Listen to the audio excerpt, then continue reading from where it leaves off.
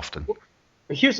To undercut that in a way, or maybe present a contrary argument or something which puts that in a bit more problematic aspect, consider that the Scotland Act, which set up Holyrood, now that's a creation of the Westminster Parliament, and it created a unicameral chamber elected on a proportional basis, bound by fundamental norms. It looks like the kind of parliament, the kind of assembly that you see all over Europe, which is bound by fundamental values about basic rights to be observed, and which is elected on a proportional basis. Now, that was created by the mother of parliaments, which looks nothing like it. And it's always that discrepancy I've always found fascinating. But to borrow a phrase, since they did it with one hand holding their nose, they only did it with one hand when they created the parliament. Blair was dead set against it. It was only because it was something of John Smith. He really, really didn't want it.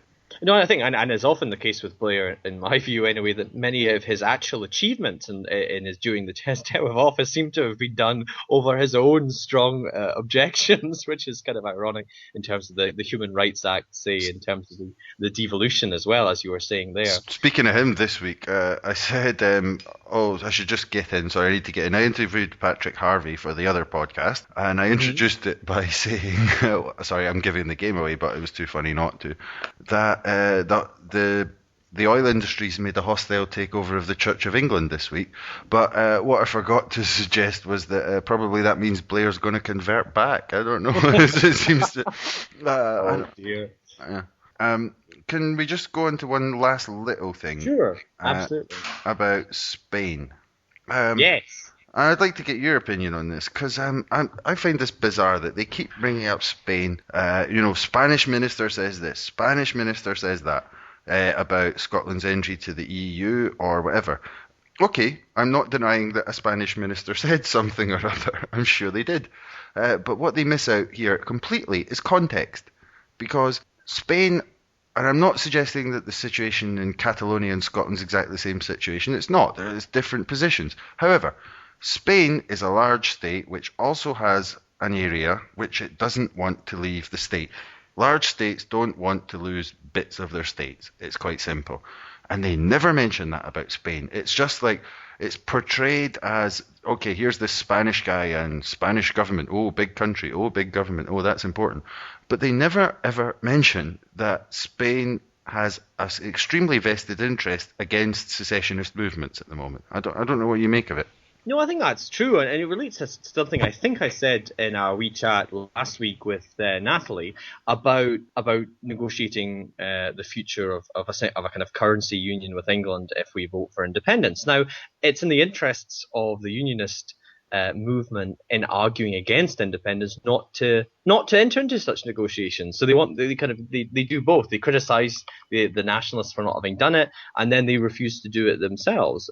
Quite reasonably, I would say, just out of venal strategy. I think you're right though about the Spanish. By leaving any of the context out, by being ignorant as usual, frankly, about the kind of context, it just becomes this sort of, look at us, all of these reasonable Olympian figures who are just sort of serious-minded Europeans share our doubts. Isn't it all terribly, terribly concerning? And actually, there's plenty of opportunity here for the sort of manipulation and the use of all of these resources from all across Europe, from all over the world, to try and promote uncertainty, to try and whip up concerns about the possibility of independence being a viable thing. Yeah, let's wait for the Slovakian minister says "don't do it" story. I don't think we'll see that one. Yeah, and again, I think another we saw this week, the Van Rompuy, the president of the European Council of Ministers, which was an old quote of his was pulled out and I think published in the Observer as if he'd made it the other day. And again, to go back, it's clearly an insistent theme of this episode, but of this cognitive dissonance. You have this odd thing where you have much of the UK press reporting European matters. Herman Van Rompuy is this sort of minnow swimming in the vast sea of Eurocrats and isn't really to be taken seriously in day one. Day two, he's a very important central figure, and we have to take him seriously. But I think actually, in fairness, we've seen an awful lot of silliness from both sides about this EU question. Both sides are desperate to leap on any figure of any level of authority and claim that they're that their argument for Scotland being in the EU or Scotland being out of the EU is absolutely decisive, and it's just nonsense, I'm afraid. I mean, that's why I made that little joke last week about First Minister's quotations. They're Yeah. not actually debating stuff. Like Joanne Lamont stands up and quotes some Spanish guy, then Alex Salmond quotes some other guy back to her. They're just quoting people back and forward at each other. Yeah, and I think it's this, and there is, I think, a problem for those that are kind of pro-nationalist in this angle. I mean, there was quite a lot of excitement whipping through Twitter earlier on this week because people found evidence from the Westminster Parliament's Foreign Affairs Select Committee, which did a wee report, I think, and solicited evidence from people about what impact the independence of Scotland would have on various things. One of the issues of which was touched on was the EU.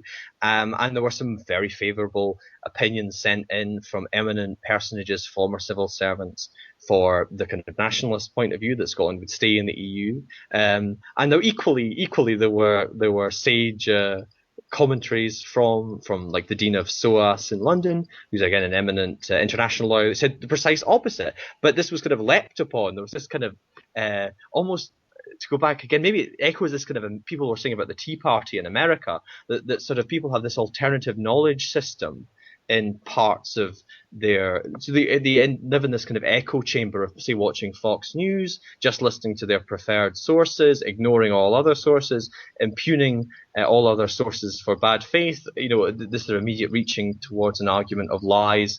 I think that's really worrying, actually, because we disagree fundamentally about these questions, but there surely cannot be this alternative knowledge system between unionists and nationalists, and we shouldn't encourage it.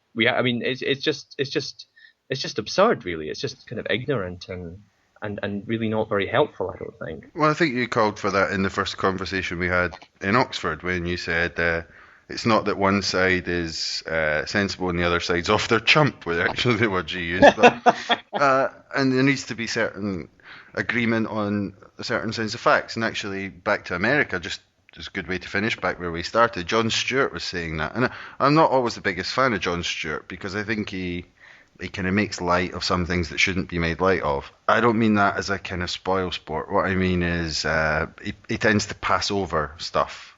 Yes. For the same reasons. But, he's not, batshit crazy like some of them. So yeah, I think that was a nice wee place to just end this, the third episode of the For All That podcast. I hope you've enjoyed them thus far.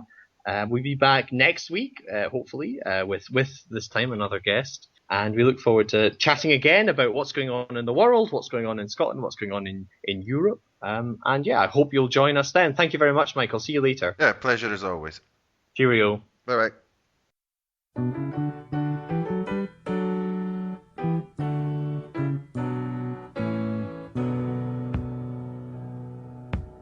Roland was a warrior from the land of the midnight sun, with a Thompson gun for hire, fighting to be done. The deal was made in Denmark on a dark and stormy day, so he set out for Biafra to join the bloody fray. Through 66 and 7, they fought the Congo War, with their fingers on their triggers, knee deep in gore. For days and nights they battled the Bantu to their knees. They killed to earn their living and to help out the Congolese. Roland the Thompson gunner, Roland the Thompson gunner. His comrades fought beside him, Van Owen and the rest. But of all the Thompson gunners, Roland was the best. So the CIA decided they wanted Roland dead. That son of a bitch Van Owen blew off Roland's head. Roland the headless Thompson gunner, Norway's bravest sons of the score. They can still see body stalking through the night. In the muzzle flash of Roland's Thompson gun. In the muzzle flash of Roland's Thompson gun.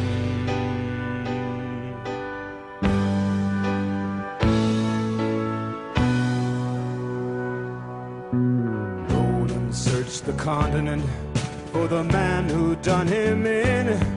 He found him in Mombasa in a ballroom drinking gin.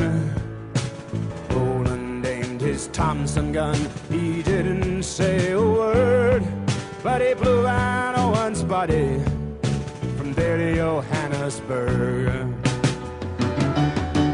Roland the headless Thompson gunner. Roland the headless Thompson gunner.